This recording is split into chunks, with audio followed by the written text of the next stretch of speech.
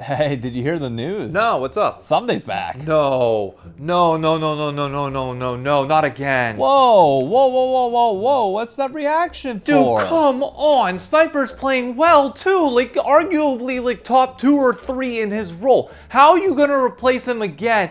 I can't. Oh, dude, I can't with this management. No, he's just a content creator. He's not coming back to play. He's not replacing Sniper. No, he's just with 100 Thieves post like retirement. Like, chill. Oh.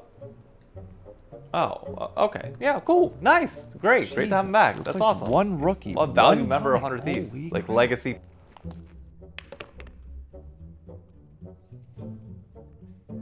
Ladies and gentlemen, welcome back to the Rendezvous, your place for all things 100 Thieves LCS. And finally, our 2.5 week long hiatus is over. We have LCS action to finally go over for the first time as we preview the upcoming 2 weeks. But most importantly, the regular split is almost done. On a quick bit of social media front when it comes to our individual players, if you didn't know, Sniper apparently looks like a TikToker that does some really interesting dances, and he tweeted out that if he got 30,000 followers, he would recreate one of them. And guess what?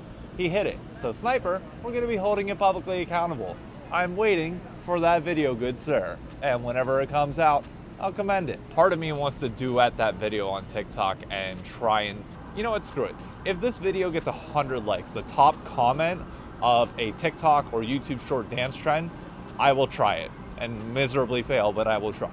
Anyways, with 2 weeks left in the regular season, that means that all pro voting is about to wrap up here after 5 more games. So let's take stock of where all of our players are at individually relative to their rank, who I think is on all pro, and who might be a leading MVP candidate. Okay, so these were my preseason rankings of where I thought each individual player would end up by the end of the split. I want to use this as the starting point, then we can kind of like launch into the different roles from here. So let me make a copy. So top lane, I feel very comfortable on. Dokla, I'm going to cut you down here, brother. We'll put you back in a bit. But Blippo, I'm going to go 1. And Sniper, I'm actually going to go 2. For the sake of this video, the rest of this list is kind of irrelevant. But I don't think you can look at Castle, Dokla, Fake God, Rich, Impact, or Fudge and say that they are playing better than Sniper is right now. Sniper had a horrible week 1, but if I filter for just patch 14.2 and 14.3, because again, we're on live patch, so these are the more recent games that he has played.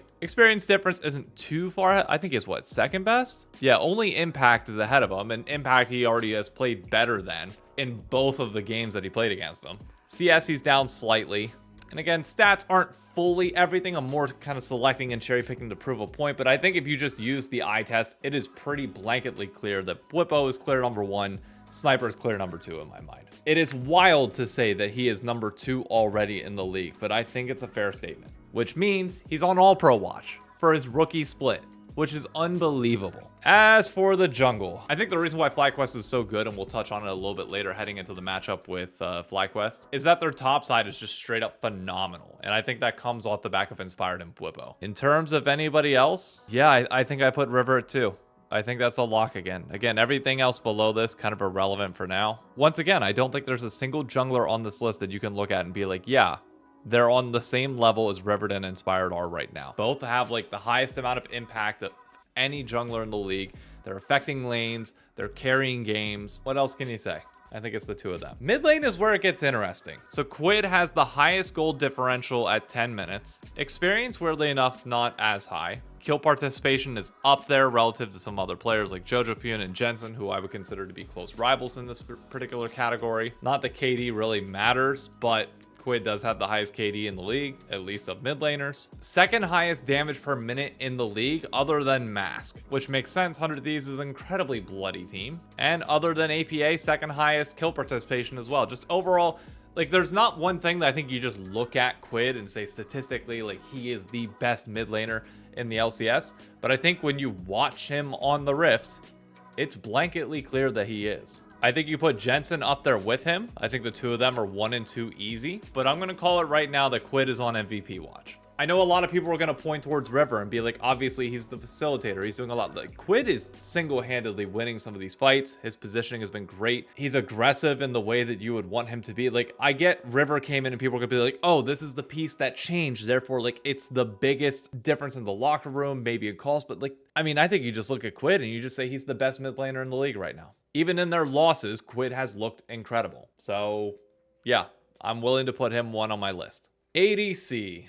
This one's interesting because early on, Meech was playing some champions that weren't really standard, and it messed up his stat. Like, it's not even worth looking into his stats because they're going to still be bad.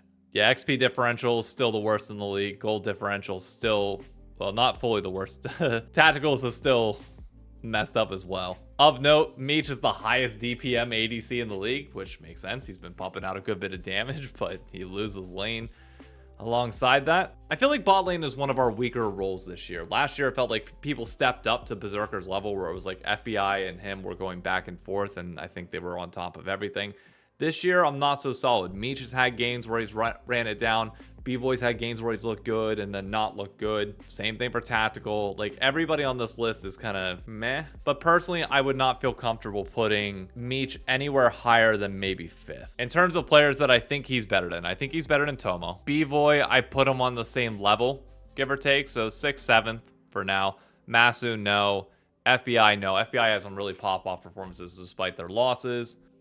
You know what? I'm going to give up on trying to place ADC. I cannot figure out where to rank anybody on this list right now. Gun to my head, I can't even pick a top 3 right now other than FBI and Masu definitely being 1-2. It's the only thing I'm 100% comfortable in. And support-wise, I definitely still think Huhi is the best support in the league. Core JJ is up there. Vulcan, sorry brother, you are last. I think Busio definitely is top 3 right now. I would actually put Ole a little bit ahead of Ayla, but I would not put Zeyzal up there.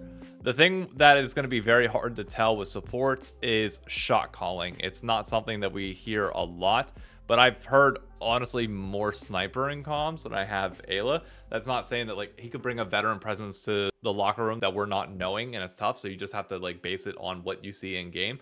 I think his Milio is probably the best in the league out of all the supports, but beyond that, I would say, I don't know, I don't think he's done enough to, like, fully let me put him above top 5 yet. For 100 Thieves this year, it definitely feels like we are more top side oriented, where bot lane is just kind of along for the ride, but they still obviously perform incredibly well in team fights and in these critical moments where we're all together and trying to fish for plays. So I think it's fair to put them right around 5th, but let me know. What do you think? What do you agree with? What do you disagree with? Where am I being absolutely wrong on these? Again, don't take this final order as anything here. I'll save that for Friday. But for now, at least, I definitely think Quid is on MVP watch, and Sniper and River, it is theirs to lose for All Pro. Outside of just LCS, it's actually been a massive week for 100 Thieves Valorant, both in a very positive and a very negative way. Let's get the bad out of the way first. Yes, 100 Thieves Valorant is eliminated from the VCT kickoff tour, I don't know, the opening weekend tournament, which means they cannot go to Masters or the first international event,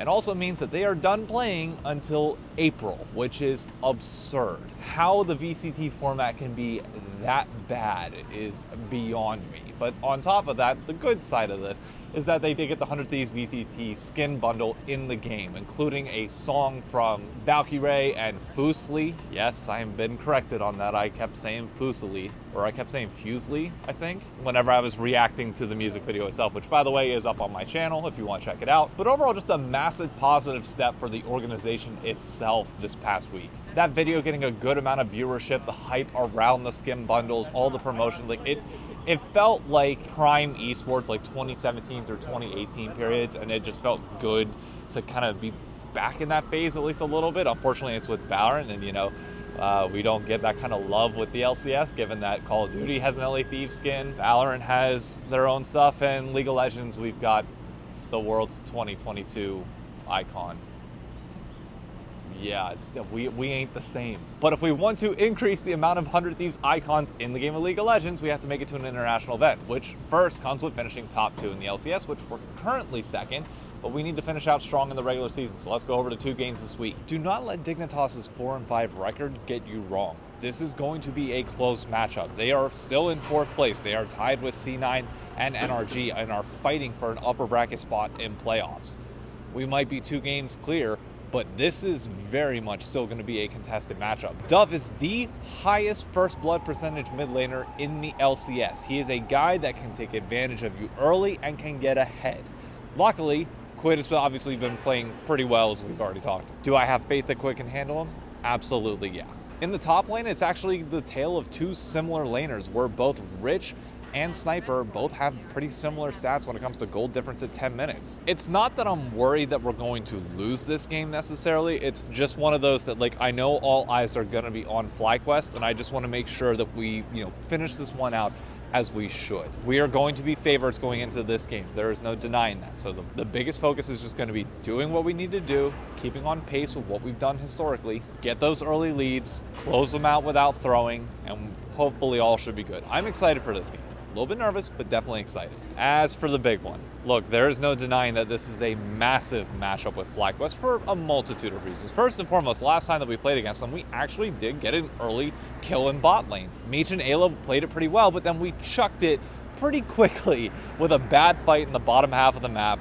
We were a little bit behind, we got 4 kills on us, and then it just snowballed out of control from there. We had moments where we were kind of fighting to try and bring it back, but it was never really our game to win. But if you're looking at 100 Thieves as a second place team and saying, can we go on to win the title, all eyes go to this matchup. You need to make it close. I'm not saying we need to win. FlyQuest are the clear and heavy favorites going into this matchup. They should win this. I'm not expecting us to pull it off, but you have to be able to at least make it close or contend at a minimum if you want to be a potential favorite to go on and win the entire thing. It's a matter of how you potentially lose rather than like losing itself, but that's not saying that we can't win. Blippo has talked a lot of crap about Sniper, that, he's not necessarily the most intelligent player. He's got good hands, but, he is what it is. Last time they played off against each other, Sniper was 1 auto away from getting a kill on Blippo, but it went the other way. So the question is going to be, can Sniper bounce back? Can Sniper add Blippo to his list of solo kills, and can he get ahead in this matchup? Because it's one where, yeah, I do heavily favor Blippo going into this. Jungle is also going to be a big question. Inspired is on MVP level form, in my opinion. He is playing with the same ferocity that we saw with EG back in playoffs of 2023 or 2022. Yeah, it would have been 2022. So that top jungle combo is going to be massive. Jensen's not a player that I'm looking at saying that he's going to massively win this game. Yes, he's had pop-off performances, but I expect somebody like Quid to not really allow that to happen. The question is, can Quid get his advantages onto Jensen? Can he get those CS leads? Can he apply pressure with River? Can our bot lane come out ahead and stay ahead this time? We know that this is a bot lane that is down to flip moments, that they are down to just run it and give it a chance at them winning the 2v2, because most times they have won it. Or if they did lose it, their top side also carries them to a win. So that should speak to how strong the top side of this map is. I'm praying for the best, but ultimately I think a 1-1 week this week with a loss to FlyQuest and everybody walks out happy. We go into the final week still likely in second place, and overall happy with our standing. That is it for me on the Rendezvous this week. I will be live viewing the games as I do every single time on both Saturday and Sunday on my Twitch channel. If you are not following me there, be sure to do so. Otherwise, I'm ready for these games. I'm ready for the LCS to be back. It is non-stop League of Legends action all the way through the end of March. We don't have a break or an off week until we lose at this point. So playoffs is looking pretty good. I'm not worried as much about missing that. However, if we can get a top 4 seed and even higher the better and avoid FlyQuest until that winners finals matchup, that'd be great. We're in the position to do so. Our destiny is entirely in our own hands. The question is whether we can close it out or not. Catch you later.